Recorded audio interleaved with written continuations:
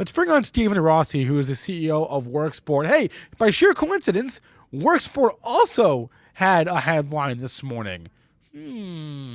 Stephen Rossi, good morning. Welcome to the Benzinga Small Cap Conference. Hey, good morning. How are you, Spencer? I'm doing fantastic. How are you? Good, good. Sorry for the technical glitch. There's lots of switches and wheels in these, but nice to see you So again. many, so many switches, so many wheels. Great to see you as always, sir. Yeah, We've got a video, correct? yeah. So we got, I Or think something, just something in the background. Today we're gonna switch. We're gonna switch it up a little bit on our normal okay, applications. okay, Um, we got our video going. yeah, guys, let's go ahead and play that. All right. Well, Spencer, it's always good to spend some time with the Benzinga crowd.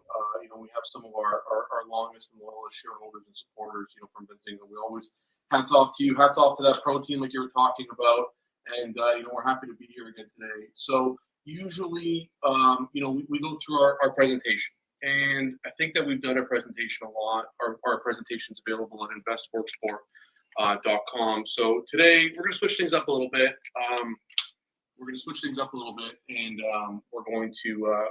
I get asked a lot, about the background of the company, updates in the company, my history as a business person. So if it's all right with everyone, I wanted to spend a little bit of time today just to make sure, just to talk a little bit, about where we came from and where we are going moving forward. So. I guess it all started back when I was a boy. We grew up in the 80s, telling everyone how old I am now. Summers were bicycling, our rear ends were glued to bike seats, basketball, baseball, summertime. Wintertime was hockey, sledding, tobogganing, and a lot of snowball fights growing up in Canada. But some of my fun, and that was always playing with my brother. I got a twin brother, so there's another one of me out there. Our fondest memories were outside, but some of the best memories I ever had really started with camping with my uncle. Once a year, we went camping, and together as a family, me and my brother and my uncle, and those are some of the best times for us. I used to love, seeing him pull up, in this big old red Ford pickup truck, and man, we load that truck up, to the roof, full of everything, and that thing. Kind of just was a workhorse. It wouldn't quit. We'd load it right up. It'd get us through all the trails, into the campsite and the job site, and it'd get us, some of our fondest memories. That's probably the time I'd want to say that I really fell in love with pickup trucks. I mean, man, I tried to get my hands on that truck, but I kept getting, it kept getting older, and finally it was time to go. But that's when my love of trucks kind of really started. Fast forwarding to when I was about 12 years old. Was my first job. Like a lot of kids my age, my first job was a paper boy. And I remember, my boss at the time, the owner of this paper route, said, just get the papers delivered, by the morning. Of course, I didn't listen to him. I got my first taste of business from that. And I was scrappy and hardworking like that Ford, that big red Ford pickup truck from my uncle. And within a month, I had that paper route into a small business of my own, which was my first taste of business. I was upselling my customers magazine subscriptions, grass cutting in the summer, snow shoveling in the winter, and that was my first taste of real business, and I was hooked at that point. And I made enough money, doing that for a few years, and then my other jobs to save up for 2 years tuition for university. And now I had to graduate. I graduated high school a year early. So here I am, 18 years old, just turned 18 in university, and I had enough for a couple of years saved up, and I did 1 year, 1.5 years of university, and it really gave me the fundamentals of business. But I was anxious to kind of get out there and do my own thing. So after that year, I took whatever I had left in savings, and from working through university as a lifeguard. And I bought my very own red pickup truck, and boy, we put a lot of miles on that truck. I think that every mile I put on that truck running my own business, was a lesson that I learned also, a hard taught lesson in school, a hard knocks in business that I don't think I would have been able to learn from books. I don't think I would have been able to learn from a professor. So it was a grind, but I built my own business, and I was really excited to kind of keep growing and evolving. So that puts me into my mid 20s, and with a solid 10 years of business experience, under my belt, and a lot of experience, and knowledge and know-how, I began thinking about pickup trucks from a business perspective. Remember, I still had my old Ford red pickup truck that was my partner in crime. So one of my mottos is no gain is made without a larger risk first taken. So I took these businesses that I founded from nothing and with nothing, and I sold them. And that's when Worksport was founded in 2011. I was in my mid to late 20s, and the motto of Worksport at that time was taking everything I learned from business and everything I learned about being able to go anywhere and do everything, and my love for pickup trucks, and kind of combine it into one.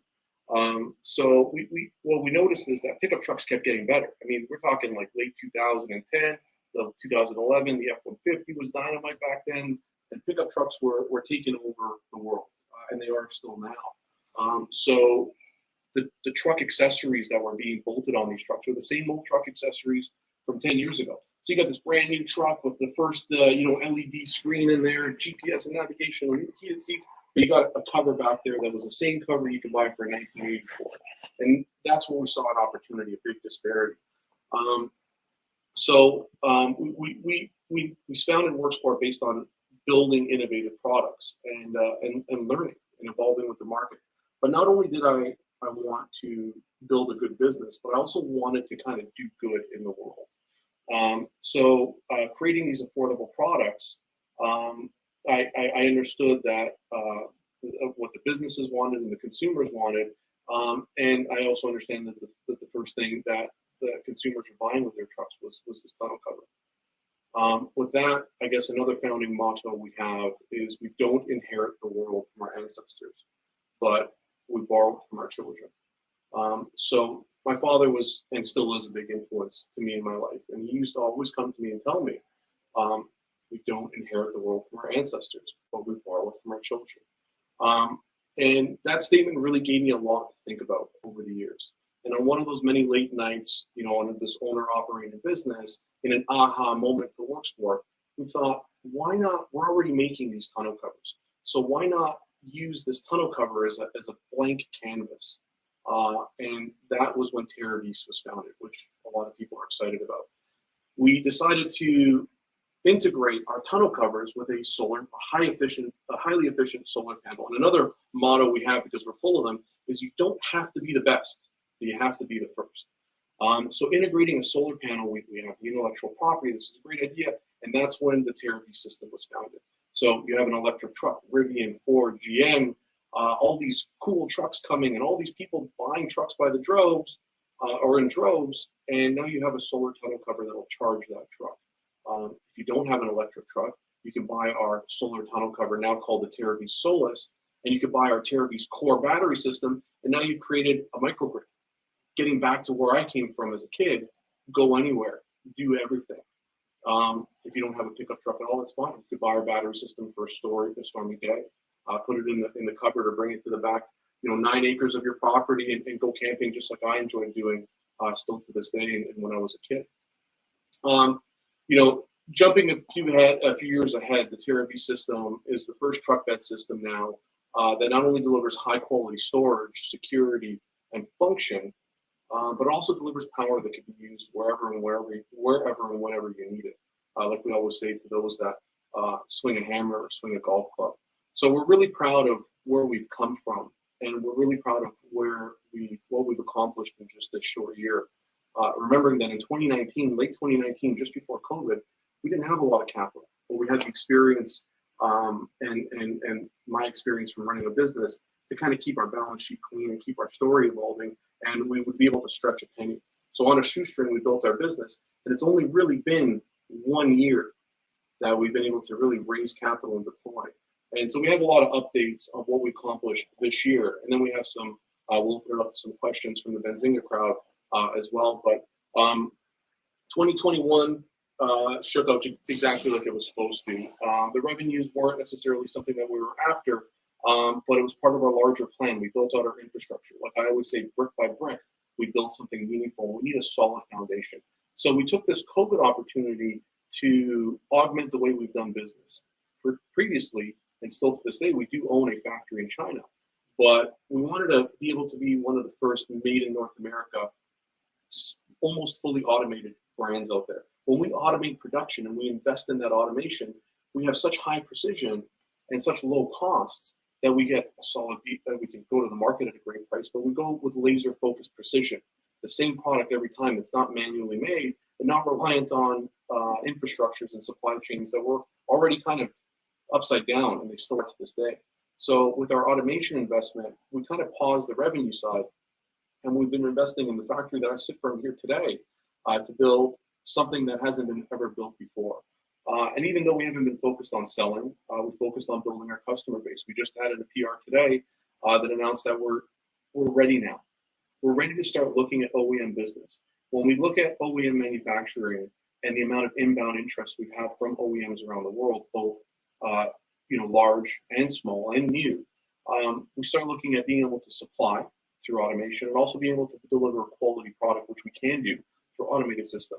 So I think that these are very critical bricks that we've been laying in the foundation for Worksport, and we're poised now for a level of success that we weren't poised for before, and our future has never been brighter. We've raised about $30 million, so we have all the capital we need to guarantee the success moving forward. And we're doing exactly as been advertised. We're deploying capital for inventory from China.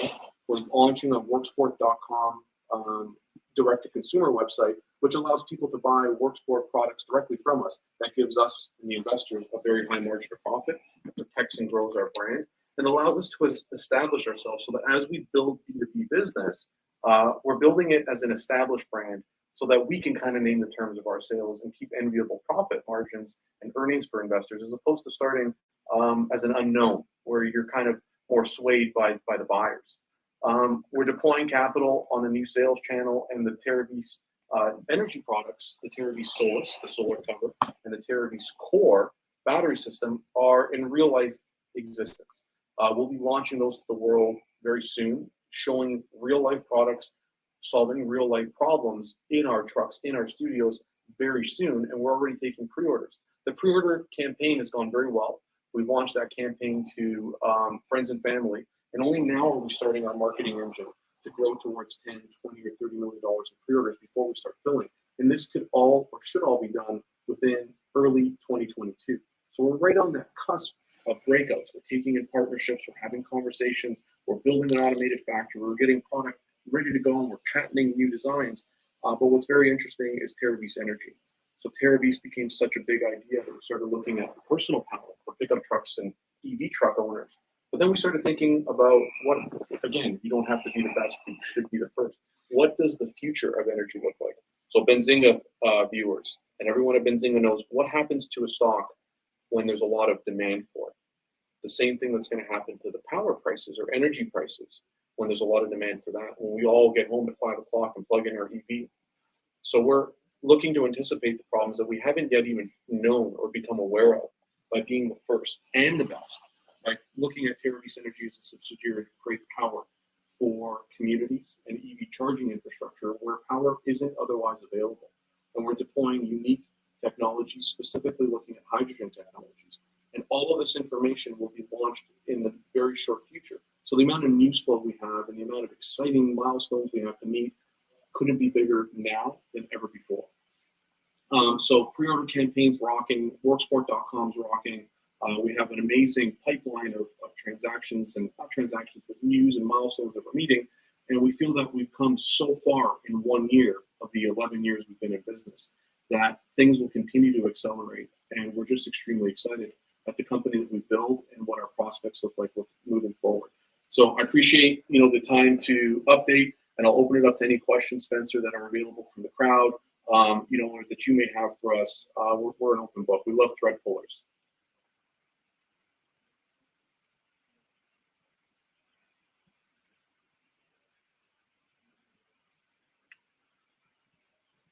Going, I don't know.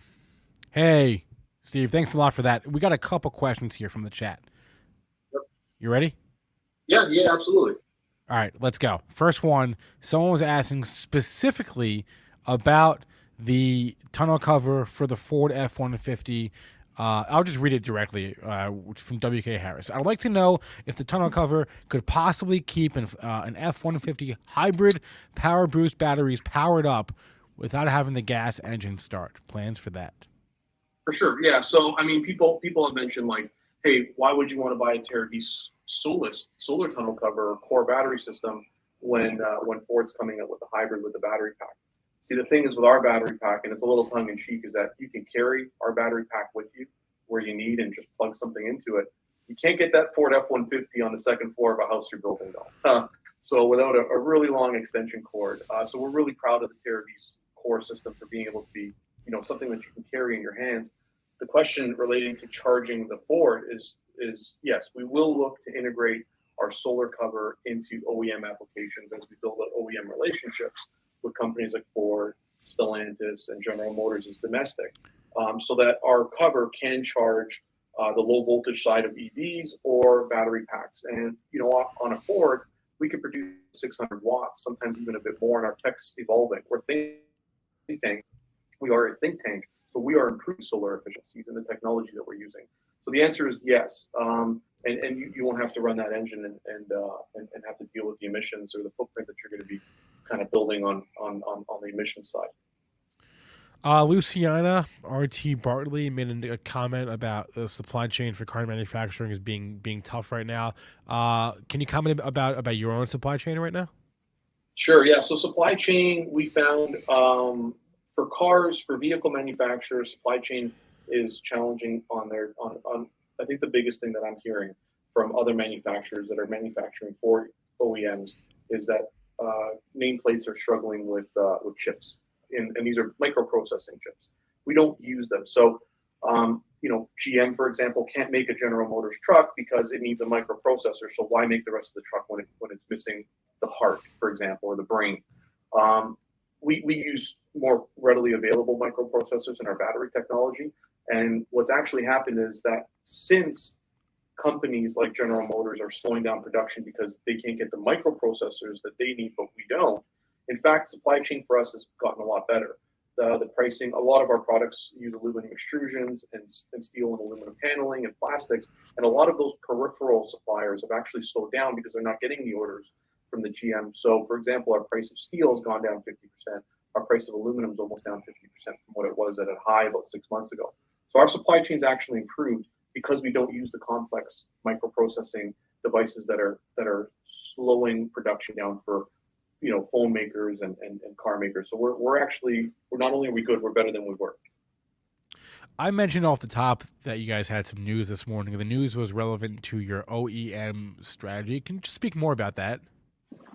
Yeah, so speaking about our OEM strategy is, at a certain point, you have to, investors want that news flow. They want us to get a deal with ABC company. But at a certain point, a pragmatic business person like myself with the experience that I have has to understand that there's a certain point that we may not be ready for it. We may not be ready. Taking on that kind of an account might do us more damage in the long run than good. But we're ready now. So we're kind of bolstering those conversations, and we're harboring those conversations with OEMs now. And we've had a ton of interest. So we're ready to have work on making OEM deals, and we're harboring those conversations now. Those are going fantastic. Got it. All right, Stephen Rossi, the CEO of Worksport. Stephen, always a pleasure to chat with you, man. Oh, actually, I almost forgot. There was a lot of comments about your chair. Where'd you get it? So this chair is from IKEA. I'm not gonna lie. IKEA. This is from IKEA. IKEA, baby. Let it be known. Stephen, always a pleasure, man. Have a good one. Thanks a lot for coming on the Benzinga Small Cap Conference today. Thanks, guys.